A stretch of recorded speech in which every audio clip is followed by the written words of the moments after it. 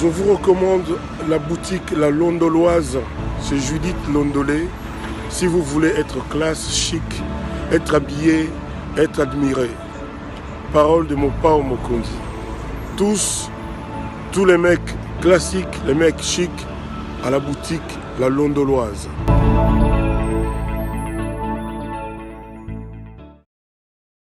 Madame, Monsieur, bonsoir et bienvenue à ce nouveau numéro de l'émission d'Écrit Info, magazine d'analyse d'actualité sociopolitique qu'on a lancé ici à CPL Télévision. Nous prenons des questions majeures qui retiennent l'actualité dans ces deux domaines. On les met sur la table et on tente de leur donner une forme et un sens. D'où d'ailleurs le slogan évocateur de cette émission qu'on nous crions tout le temps, que le décrit info, c'est les tempos de l'actu selon notre feeling. Notre feeling, c'est tout simplement notre manière à nous de voir les choses, de les sentir et de les exprimer. Nous ne disons pas du tout que ce que nous disons ici est une parole d'évangile. Nous exposons nos propos étant pris de vos critiques parce que nous restons convaincus que du choc d'idées, la lumière finit par jaillir. Merci à vous de la confiance multipliée que vous n'arrêtez de nous témoigner. Continuez à vous abonner sur notre chaîne comme vous êtes en train de le faire.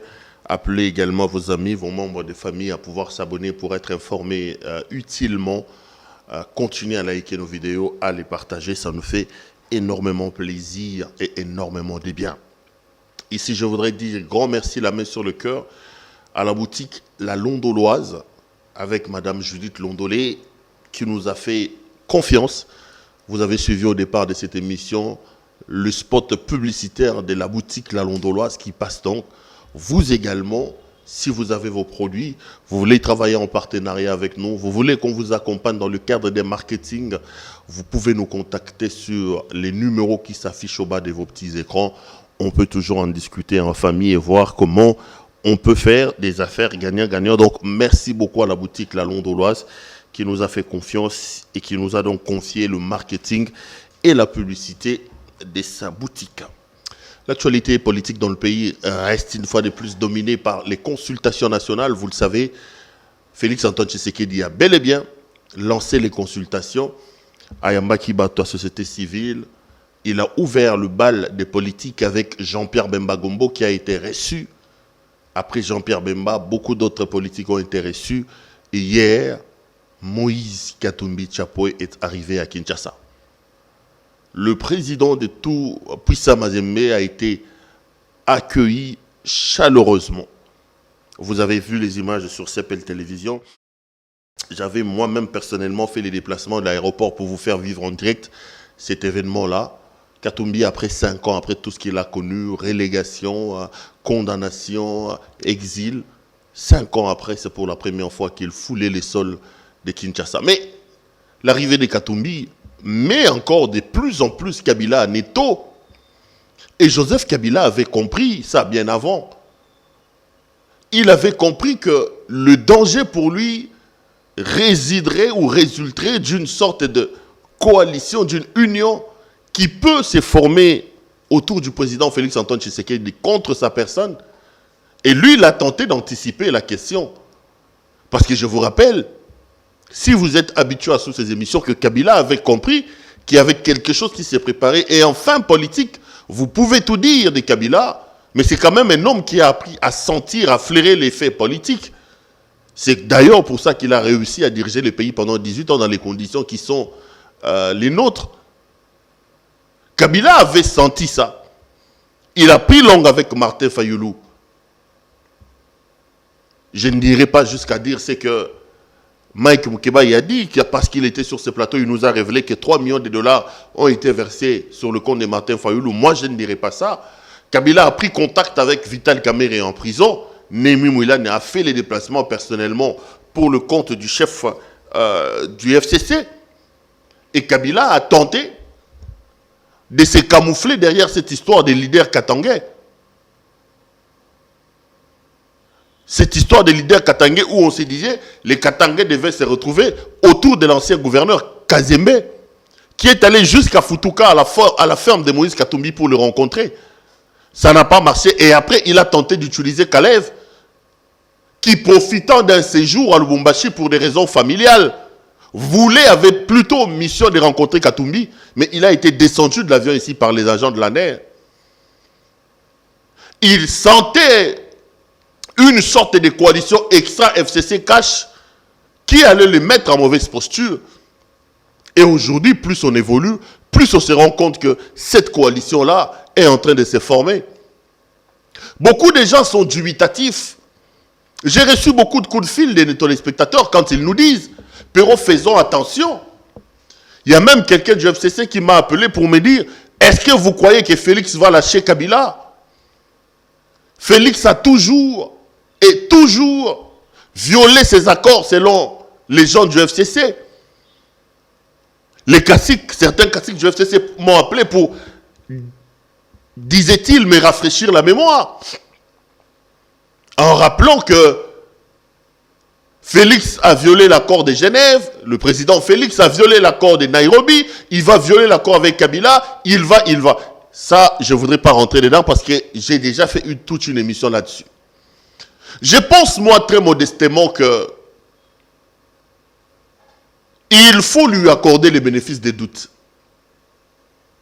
Je suivais ce matin Jean Seben du FCC qui a dit sur une chaîne de télé, j'ai même rigolé, que non seulement que le président Félix a violé tous les accords, il a même violé l'accord avec Dieu parce que il est allé confier la RDC entre les mains du Seigneur et le lendemain, il a nommé un occultiste patenté au poste de conseiller stratégique. C'est lui qui le dit. Libre, nous sommes dans un pays démocratique. Chacun doit rendre compte de ses propos. C'est lui qui le dit. Moi, je n'entre pas dans ça. Mais je veux tout simplement dire que par rapport à ces réticences-là, j'appelle à accorder le bénéfice de doute au président. Pourquoi? Parce qu'ici, nous ne sommes pas dans une situation où il faut signer des accords pour les intérêts ou pour le pouvoir. Ici, nous sommes dans une situation où les gens doivent se mettre ensemble pour sauver véritablement la nation, pour sauver le pays qui est en danger. Qui peut être fier de la manière dont on est en train d'évoluer ici? Qui peut être fier du taux de la souffrance qu'on vit dans ce pays? Qui peut être fier de la présidence de Félix Antoine Tshisekedi? 2 ans après son arrivée au pouvoir, les amis, il n'y a rien, ne nous voilons pas la face. On va droit vers un mur. Et pour des raisons suprêmes qui intéressent les intérêts supérieurs de la nation et de nos peuples, je pense qu'à un moment donné, il faut un sursaut d'orgueil, un sursaut de patriotisme. Mettons de côté nos divergences, nos problèmes, tentons de voir la même direction. Et le problème, c'est la énième fois que je le répète, c'est Kabila et son FCC. Donnons une chance à cette union sacrée qui se forme.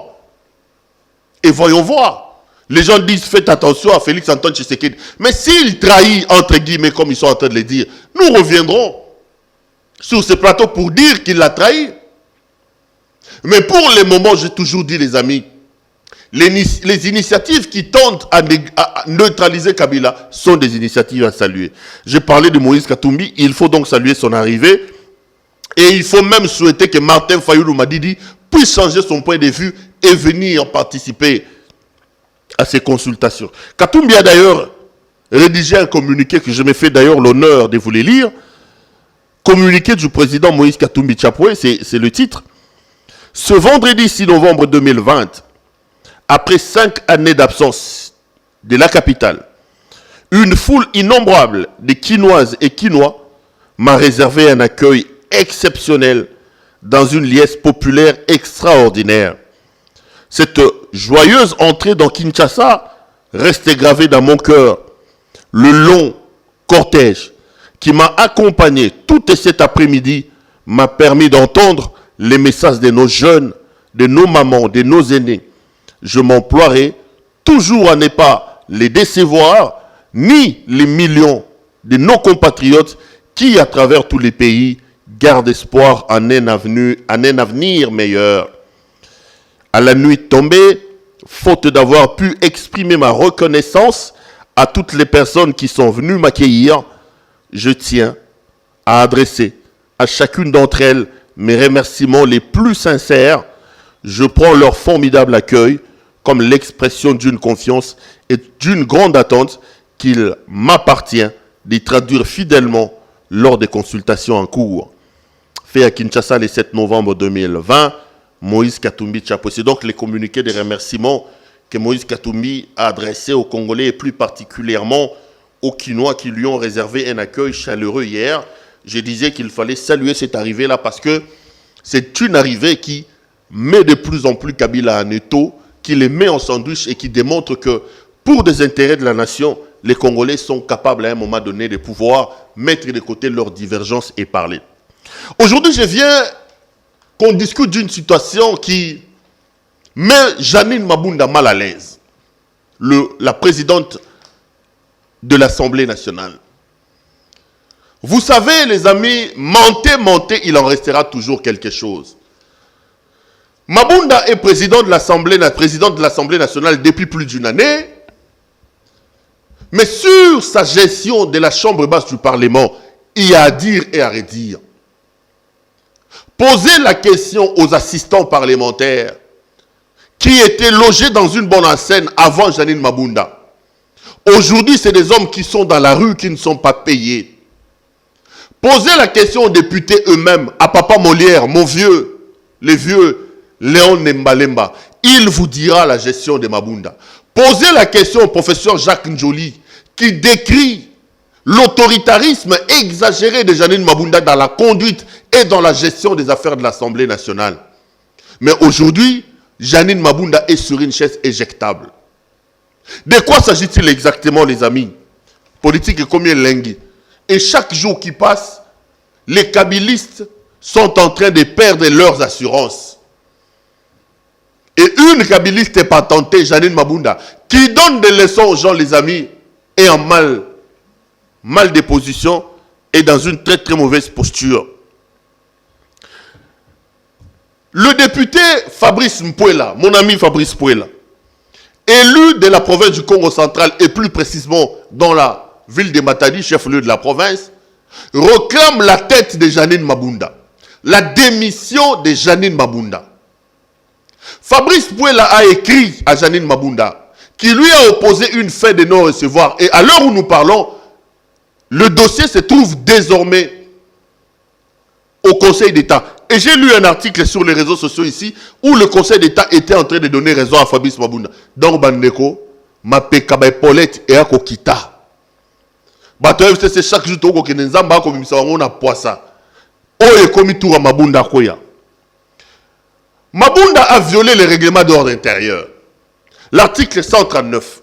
Je vais vous lire l'article 139 et je parlerai des griefs que Fabrice Mpouela retient contre Jeannine Mabunda. Je donnerai par la suite mon point de vue. Je vais retrouver l'article que on vient de m'envoyer. L'article 139 du règlement intérieur de l'Assemblée nationale. Je prends le 6e paragraphe. Écoutez ce que l'article dit. À la fin de chaque exercice budgétaire, le bureau présente à l'Assemblée plénière un rapport complet de la gestion financière de l'Assemblée nationale dans les 30 jours après l'ouverture de la session ordinaire de mars. Passé ce délai, le bureau est réputé démissionnaire. Je répète, à la fin de chaque exercice budgétaire, le bureau présente à l'Assemblée plénière un rapport complet de la gestion financière de l'Assemblée nationale dans les 30 jours après l'ouverture de la session ordinaire du mois de mars. Passé ce délai, le bureau est réputé démissionnaire. Le règlement intérieur de l'Assemblée nationale adjoint le bureau de pouvoir présenter un rapport financier de l'exercice budgétaire à la fin de cet exercice budgétaire. Et le règlement intérieur dit que cet exercice doit être fait à la session du mois de mars, à l'ouverture de la session du mois de mars. Et le bureau dispose de 30 jours pour présenter à l'Assemblée plénière ce rapport financier.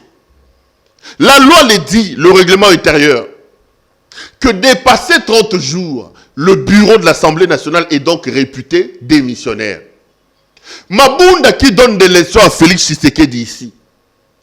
Lui et Alexis Thambwe Mwamba. À chaque fois qu'il y a des problèmes, que le président dit quelque chose, que tel dit quelque chose, et elle vient dans son français fignoler, rappeler le respect des textes. Mabunda qui a refusé de participation à la prestation des serments des magistrats, estimons que elle et son collègue Alexis Thambwe Mwamba sont attachés au texte. Ici, Mabunda se révèle comme quelqu'un qui ne respecte pas les textes. Parce qu'ils ont ouvert la session des mois de mars, dépassé 30 jours, Janine Mabunda n'a pas respecté l'article 139 en allant présenter à la plénière le rapport financier de l'exercice budgétaire passé. Et Fabrice Puela, 30 jours après, au mois de juillet, a écrit à Janine Mabunda pour rappeler à Madame Janine Mabunda que Madame, vous avez violé une disposition importante du règlement d'ordre intérieur qui vous astreint à pouvoir nous présenter les rapports financiers au mois de mars. Vous ne l'avez pas fait. Je vous donne 48 heures pour déposer votre démission. Mabunda a répondu, refusant de présenter sa démission. Et à l'heure où nous parlons, Fabrice Albert Puela a porté l'affaire devant le Conseil d'État. Deux choses à dire. On commence à critiquer aujourd'hui Puela en disant il est utilisé par le pouvoir. C'est Félix Tshisekedi. C'est le cash. Les amis, c'est ça la politique. J'ai toujours dit on ne justifie pas un mal par un mal. Ici, nous ne sommes pas dans un mal. Nous sommes dans une stratégie politique. Le maître nageur Jean-Marc Kabunda n'est plus aujourd'hui vice-président de l'Assemblée nationale. Pourquoi? Parce que le même Janine Mabunda a utilisé Jean-Jacques Mamba selon Augustin Kabouya. Augustin Kabouya a dit que Jean-Jacques Mamba était utilisé par Janine Mabunda, que l'argent aurait circulé.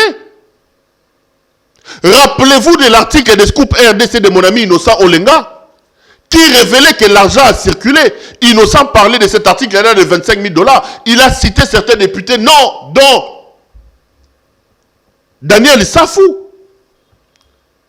Je cite l'article de Scoop RDC. C'était bien quand c'est Mabunda, lui, qui a fait un coup contre Janine Mabunda, plutôt contre le maître nageur Jean-Marc Kabunda, en passant par Jean-Jacques Mamba selon Augustin Kabouya. Aujourd'hui, si le cash passe par Fabrice Puela, où est le problème, les amis? Qui tue par le paix, mourra par l'épée. Ils ont tué Jean-Marc Kabunda, le défenestra comme un petit monsieur. Aujourd'hui, on retourne l'ascenseur. Mabunda doit démissionner. C'est la loi. Il doit démissionner. On est en train de le chicoter en utilisant le même fouet qu'elle a utilisé pour avoir la tête de Jean-Marc Kabunda. Rapport Ezawapi, maman. Mabunda dit qu'elle est rattachée au texte. Mabunda dit qu'elle est attachée au texte. Mais aujourd'hui, le texte le rattrape.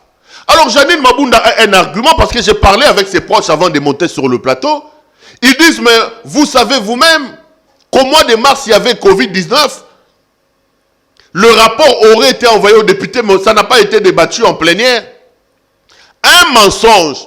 Parce que j'ai appelé mes amis députés, même ceux du FCC, ils sont clairs dans ce domaine-là. Ils disent que le rapport financier n'a jamais été déposé. Donc c'est un mensonge pour la consommation, pour la communication et l'opinion publique. Dans le fond, le rapport n'a pas été déposé. Et même si le rapport a été déposé, tout le monde le sait que pour des raisons de Covid, Mabunda avait pris une décision que seulement 64 députés devaient participer aux plénières. Pourquoi elle n'a pas présenté ce rapport-là devant ces députés-là? Elle ne peut pas nous dire ici que pour des raisons de Covid, les plénières de l'Assemblée nationale ne se tenaient pas. Surtout que sur la question des rapports financiers, il y a une contrainte et une sanction. Si elle est respectueuse des lois, elle devait se mettre à l'abri. Présenter le rapport même devant les 64 députés. Et aujourd'hui, venir nous dire que le rapport financier a été présenté devant les 64 députés. Mabunda n'a jamais fait ça. Et Yindeliye, comme Elie Bololoba, Kanye na Kingwa. Maman, démissionner. Il faut démissionner. Et surtout qu'ils n'ont plus le contrôle de la justice. C'est là où ça devient intéressant. Voilà pourquoi ces gens se sont battus pour contrôler la justice. Voilà pourquoi les changements à la Cour constitutionnelle fait mal. Voilà pourquoi Mabunda s'est battu à inscrire de manière précipitée la loi Sakata et Minaku à l'ordre du jour de l'Assemblée nationale. Il tenait à débattre de cette loi et à voter cette loi pour donner un droit de veto au ministre de la Justice au fin d'obtenir de lui la suppression et l'extinction de toutes les procédures judiciaires qui n'entrent pas dans leur calcul. Heureusement que Dieu aime ce pays et ils ont été bloqués. Fabrice Pouel a apporté l'affaire devant le Conseil d'État. Au moment où je vous parle, ça fait 2 heures ou 3 heures que Fabrice Pouel est en train d'être entendu au comité des sages. Avant de monter sur ce plateau, je l'ai appelé pour avoir des informations, discuter avec. Et au moment où je vous parle, il est encore là-bas, au Conseil des sages. Aujourd'hui, le FCC commence à nous dire, non, le règlement intérieur dit que tout problème à l'Assemblée nationale doit se passer au niveau des comités des sages. On ne peut pas amener ça à l'extérieur. Fabrice Pouel doit retirer sa plainte. Pas question de retirer la plainte. Le règlement intérieur de l'Assemblée nationale, excusez-moi, n'est pas au-dessus de nos lois. Le règlement intérieur de l'Assemblée nationale n'est pas au-dessus de la Constitution. Je vous ai dit ici, et j'ai salué d'ailleurs la démarche de Mme Bijou Goya contre Alexis Tambwe Mwamba. Lorsque le Sénat a refusé justement de permettre au procureur général près la Cour de cassation de poursuivre M. Tambwe Mwamba. Bijou Goya a donc porté l'affaire devant la Cour de cassation. Alexis Tambwe Mwamba, devant les caméras du monde entier, a parlé de manière désobligeante, a manqué du respect à une femme, une mère, une femme d'autrui, qui a son mari et qui a ses enfants. Il a présenté cette femme-là comme une femme légère, mère de famille, les amis. Devant les caméras du monde entier, je le précise. Vexé dans son amour propre, Bijou Goya, la sénatrice, est allée porter plainte. Tambwe Mwamba, avec leur majorité mécanique qu'ils ont au Sénat, le Sénat a voté un refus d'élever des immunités d'Alexis Tambwe Mwamba. Bijou Goya a porté l'affaire devant la Cour constitutionnelle en parlant de l'interprétation de l'article 12 qui stipule que tous les Congolais sont égaux, l'accès à la justice. L'on ne peut pas se cabrer derrière son poste du président du Sénat pour éviter la justice. La notion des immunités n'est pas du tout une notion d'exonération de répondre à la justice.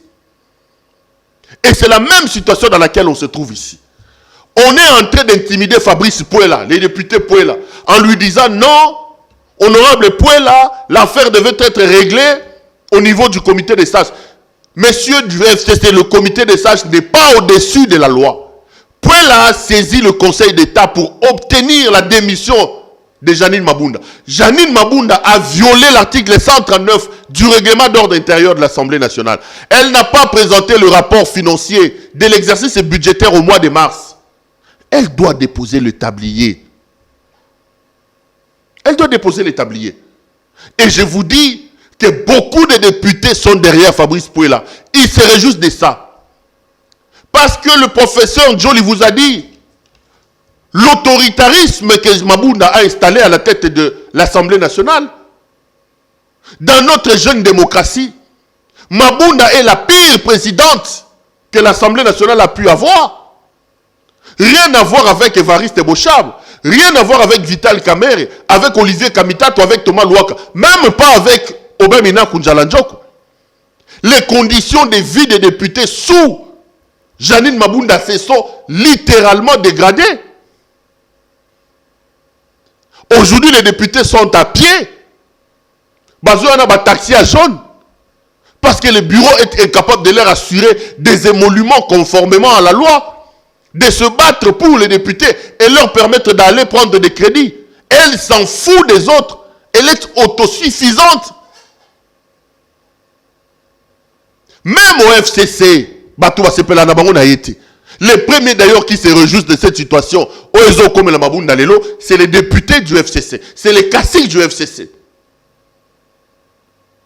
L'affaire se trouve donc devant le Conseil d'État. J'ai vu un article ici, je ne confirme pas l'authenticité, je vais le retrouver pour vous le lire. Justice et lingue, politique et comme goût. Je vais tenter de le retrouver, où on parle déjà d'une décision que le Conseil d'État serait sur le point de prendre. C'est un article de Politico.cd.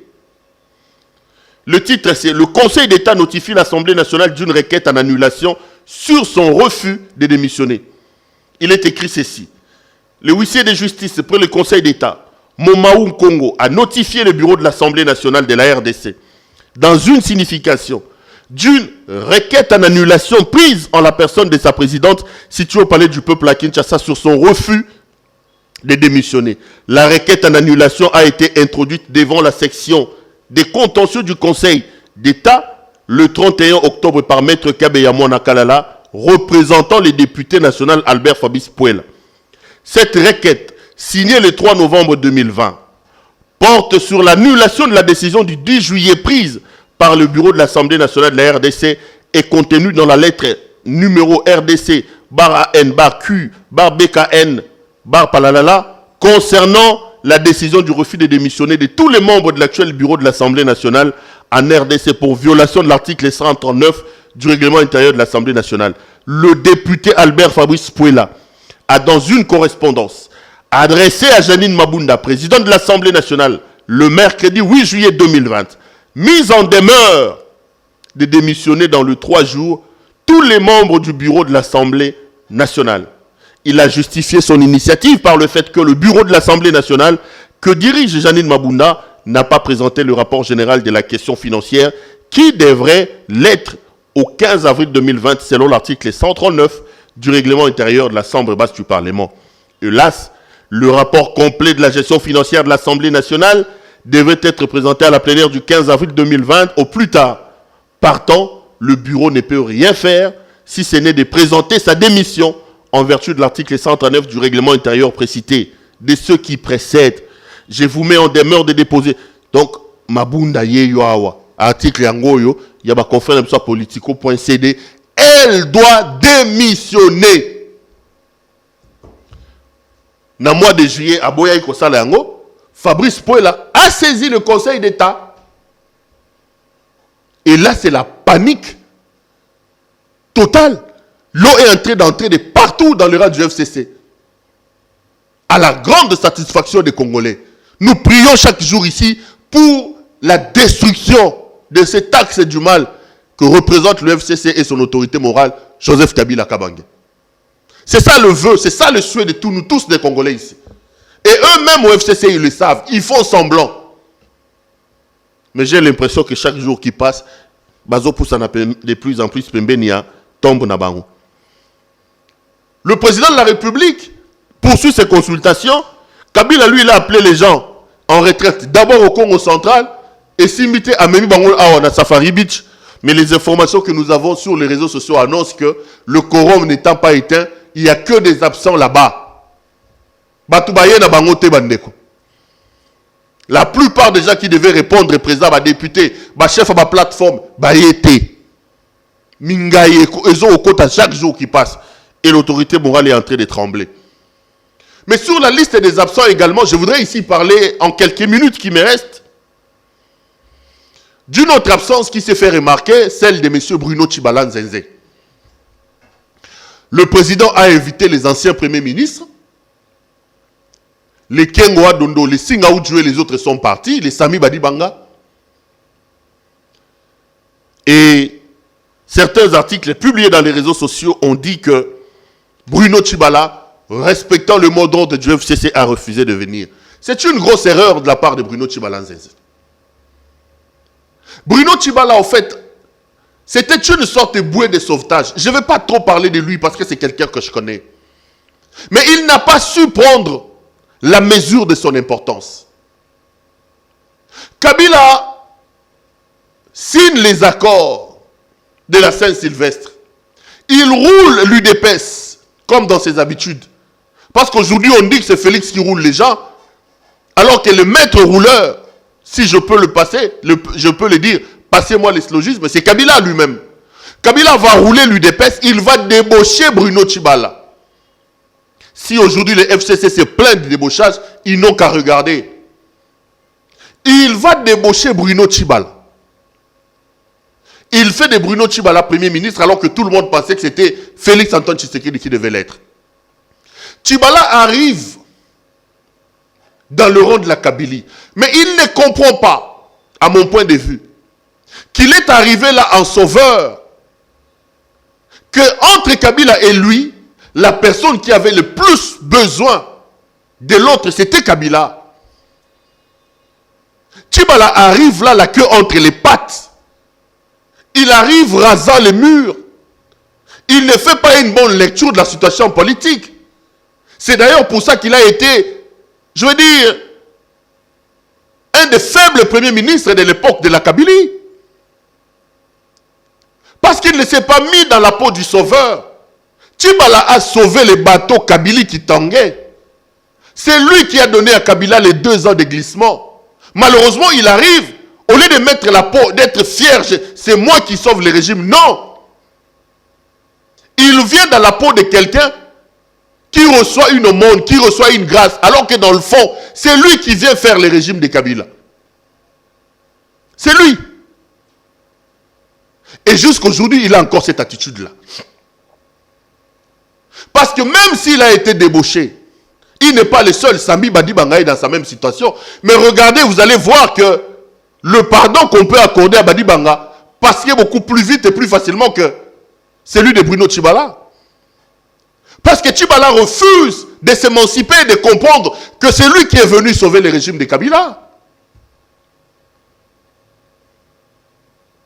Il a une occasion en or. Il a sauvé Kabila à un moment donné. Il n'était pas esclave de Kabila. Pour qu'aujourd'hui qu'il réponde comme un petit garçon, comme un petit gamin de course à tout ce qu'on lui dit. Il a sauvé Kabila. Il s'est fait un peu d'argent. Il faut qu'on se le dise. Il s'est construit des maisons. Ce n'est plus le Bruno Tshibala qui habitait Lemba. Aujourd'hui, il vit dans des villas cossues à ma campagne. Mais cet homme va prendre le risque de refuser une invitation du président de la République. Une bonne occasion de se rattraper. Mais je crois qu'il vient là de creuser sa propre tombe. Parce qu'il a une épée de Damoclès sur sa tête. C'est cette histoire de ces conseillers qui ont porté plainte pour détournement des salaires et détournement des primes. L'affaire est en pleine instruction devant la justice. L'affaire est en pleine instruction devant la justice. En faisant ça, Bruno Tshibala énerve encore davantage les gens. En démontrant sa loyauté à Kabila. Kabila qui est honni, qui est vomi de nous tous. Nous prions nous tous pour son départ. Lui veut lui donner des béquilles en refusant de répondre à l'appel d'un fils maison. Il avait l'habitude de le dire de manière désobligeante lorsqu'il parlait de Félix Tshisekedi, que lorsque nous on faisait la politique avec son papa, il était dans la cuisine. Mais c'est un fils qui vous invite alors. Monsieur Tshibala Bruno, vous refusez de venir pour faire plaisir à Kabila. Oublions en fait, c'est lui qui était une bouée de sauvetage pour Kabila. Oublions en fait qu'entre Kabila et lui, la personne qui avait le plus besoin de l'autre, et qui a bénéficié de l'autre, c'est Kabila. Il veut se montrer loyal en prêtant allégeance à Kabila et en refusant l'invitation. Monsieur le président de la République, monsieur Bruno Tshibala a décidé donc de rester loyal à Kabila. Pour ceux qui ne le savent pas, il y a un dossier qui gît en justice, dans le couloir de justice contre lui. Ses conseillers et ses conseillers principaux ont porté plainte contre cet homme pour détournement des salaires et des primes. C'est un dossier béton, costaud en justice. Et je pense qu'en refusant de se rendre à l'invitation du président de la République, l'homme a creusé davantage sa propre tombe. L'homme a refusé d'honorer un fils maison qu'il a convoqué. C'est une très grosse erreur que M. Bruno Tshibala a donc faite. Je reviendrai sur cette question-là